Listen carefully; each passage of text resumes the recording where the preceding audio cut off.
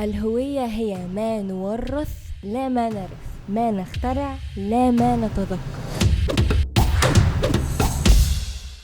اهلا بيكم في حلقة جديدة من فيروز ريفيوز على فود توداي. احنا النهاردة في مطعم الكوخ ليه فرعين، واحد في الزمالك وواحد في وسط البلد. احنا النهاردة في فرع الزمالك.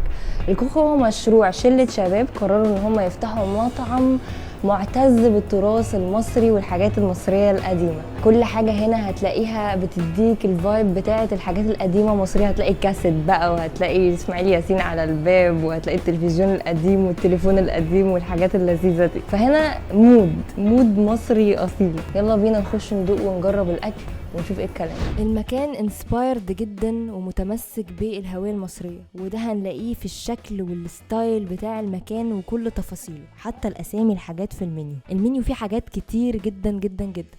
بس انا قررت اجرب الفطار بتاعهم. طلبت بقى فطير وعسل بطحينه وبيض اومليت والفول والجبنه بالطماطم والطعميه. الطعميه يا جماعه خطيره، انا اول مره ادوق طعميه رهيبه بالشكل ده، طعمها يجنن، وكانت نازله سخنه كده وجميله. وخدت شويه مخلل كمان. وبعدين بقى دخلت على البيض حلو قوي. انا بجد مش عارفه هم حاطين فيه ايه، بس فيه طعم كده مختلف. وطبعا كده الجبنه بالطماطم لا يختلف عليها اتنين. وكمان جربت الفول بتاعهم، كان بيدوب كده في البق من حلاوته. اما بقى الفطير اللي هو يعني اللي محل القعده كلها بالعسل والطحينه، كان رهيب بالزبده كده وفظيع. وطبعا معروف في العادات والتقاليد المصريه ان احنا طبعا بنحبس بالشاي.